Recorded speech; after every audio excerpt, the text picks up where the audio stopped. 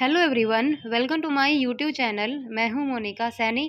आज हम करेंगे चेंज इन पीएसआर चैप्टर में से एक new topic, accounting treatment of reserves and accumulated profit. देखो सो कैसे करेंगे। सपोज दो पार्टनर हैं ए और बी, उनकी प्रॉफिट शेयरिंग रेशो है 1:1। ड्यू टू सम रीज़न वे अपनी रेशो को फ्यूचर में चेंज कर लेते हैं और अब उनकी रेशो उन्होंने सेट कर ली है 3:2। ठीक है, तो रेशो को सेट करने से पहले इन दोनों पार्टनर ने मिलकर एक रिजर्व बनाया था फ्यूचर के लिए, अनसर्टेनिटी के लिए। ठीक है, ताकि वो फ्यूचर में उसका यूज़ कर सके। तो उस टाइम उनकी रेशो 1:1 थी, ओल्ड रेशो। तो इसके हिसाब से सपोज 1 लाख रुपीज़ का उन्होंने रिजर्व बनाया है, तो 50,000 तो बिलोंग करेंगे ए से और 50,000 बिलोंग करेंगे बी से।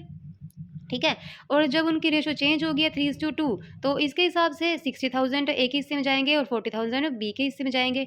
तो देखो, ए को तो प्रॉफिट हो रहा है और बी को लॉस हो रहा है। ठीक है, बी को लॉस हो रहा है और ए को प्रॉफिट हो रहा है, जबकि उन्होंने आपस में मिलके इक्वली बनाया था इस रिजर्व को। ठीक है, तो अकाउंटिंग हमारी ये कहती है कि जब भी रेशो चेंज करते हैं पार्टनरशिप में, जब भी रेशो को चेंज करते हैं, तो जो भी पार्टनरशिप में जो भी हमारे रिज़र्व होते हैं, एक्यूमुलेटेड प्रॉफिट होते हैं। ठीक है, एक्यूमुलेटेड प्रॉफिट मीन्स जो पिछले कई सालों के प्रॉफिट होते हैं, उसको एक्यूमुलेटेड प्रॉफिट कहते हैं। और कॉन्टीजेंसी रिज़र्व होते हैं। ठीक है, तो जो भी हमारे रिज़र्व होते हैं उसको रेशो को चेंज होने से पहले ही डिस्ट्रीब्यूट कर लो। ठीक है, सभी पार्टनर्स में इसको डिस्ट्रीब्यूशन कर लो, ओल्ड पार्टनर में ओल्ड रेशो में। ठीक है, ये हमारी अकाउंटिंग कहती है कि इस रेशो में हम इसको नहीं डिस्ट्रीब्यूट करेंगे, बल्कि इसको ओल्ड रेशो में, ओल्ड पार्टनरशिप में, ओल्ड पार्टनर में इसको बांटेंगे। ठीक है, ओल्ड रेशो में। देखो, और इसकी एंट्री कैसे बनाएंगे, इसके जर्नल में इसकी एंट्री कैसे करेंगे। Reserve account debit, contingency reserve. ठीक है, profit and loss account credit. और ये देखो, अगर profit and loss credit balance है तो ये हमारा प्रॉफिट होता है। ठीक है, पार्टनर्स का। और अगर डेबिट बैलेंस होता है तो ये हमारा लॉस होता है।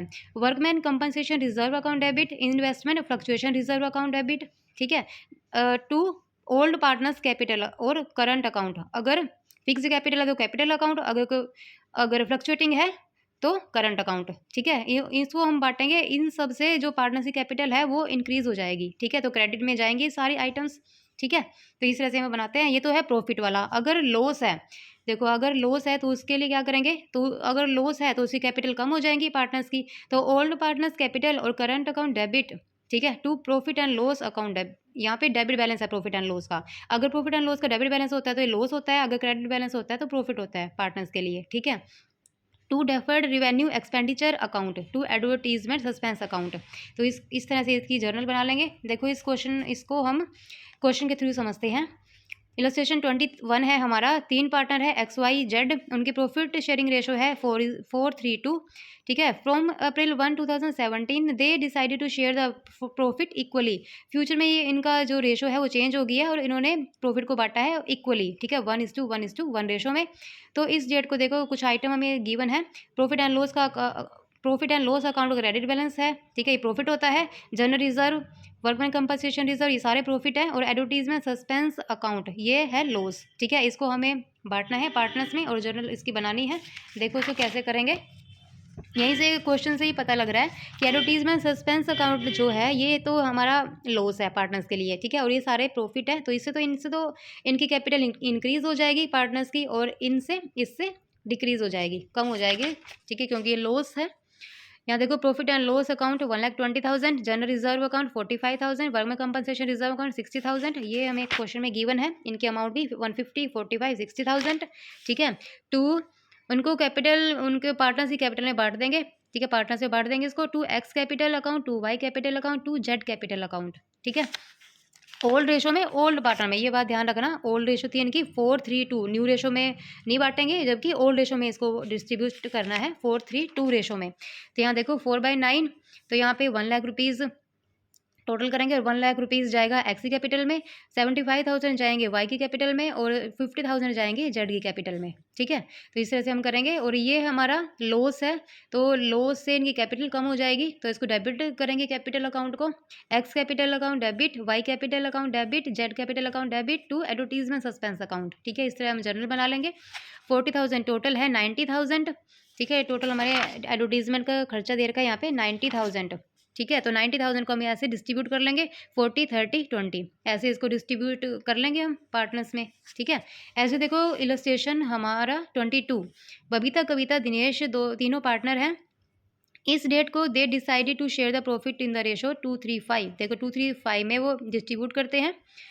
और on this date the balance sheet of firm showed a balance 60,000 contingency reserve, देखो साथ साथ में भी देखते रहो इसको, कॉन्टीजेंसी रिजर्व है तो ये प्रॉफिट है, प्रॉफिट है तो इससे कैपिटल इंक्रीज हो जाएगी।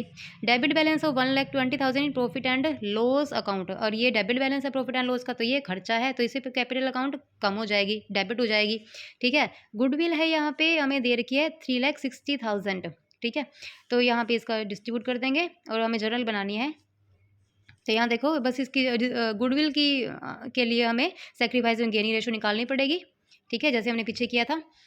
अब ये देखो ये कॉन्टीजेंसी रिजर्व है, ये है प्रॉफिट, तो इसको बांट देंगे बबीता कविता दिनेश में की कैपिटल में 60,000 है, और ओल्ड रेशो में, ठीक है, ओल्ड रेशो में ओल्ड पार्टनर्स में इसको बांटेंगे। तो यहाँ पे 20,000 और उनकी ओल्ड रेशो देखो यहाँ पे कुछ नहीं दे रखा, ओल्ड रेशो न्यू रेशो तो इन्होंने दे रखी है, लेकिन क्वेश्चन में ओल्ड रेशो नहीं है, तो हम इस केस में एज्यूम करते हैं तो ये इक्वली बांटेंगे, हमें ऐसा एज्यूम करेंगे कि इक्वली इन्होंने बांटी है, ठीक है। अपनी उनका प्रॉफिट शेयरिंग रेशो क्या है, इक्वली 1:1:1। तो यहाँ पे इसको इसमें बांट दिया 60,000 को 20 में, ठीक है।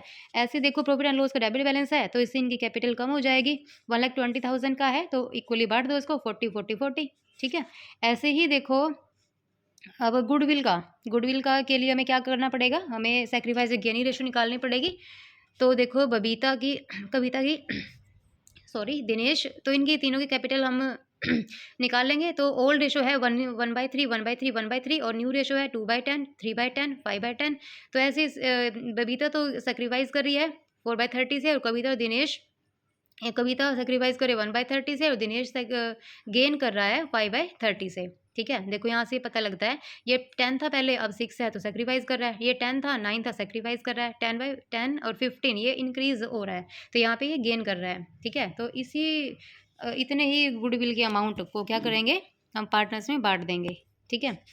देखो तो दिनेश कैपिटल अकाउंट होता है, देखो जो गेन कर रहा है उसको डेबिट कर देंगे गेनिंग पार्टनर को, जो सेक्रीफाइस पार्टनर है उसको क्रेडिट कर देंगे, ठीक है। तो Dinesh capital account debit to Kavita capital account to Kavita capital account. तो 3,60,000 हमारी क्या है गुडविल की राशि से इनकी बांट देंगे, ये गेनिंग पार्टनर ये दोनों सेक्रीफाइसिंग पार्टनर है। तो 60,000 48,000 12,000। तो इस तरह से हम इस क्वेश्चन को कंप्लीट करेंगे, ठीक है। नेक्स्ट वीडियो में हम नेक्स्ट टॉपिक पढ़ेंगे, न्यू टॉपिक है वर्कमैन कंपनसेशन रिजर्व के बारे में डिटेल में।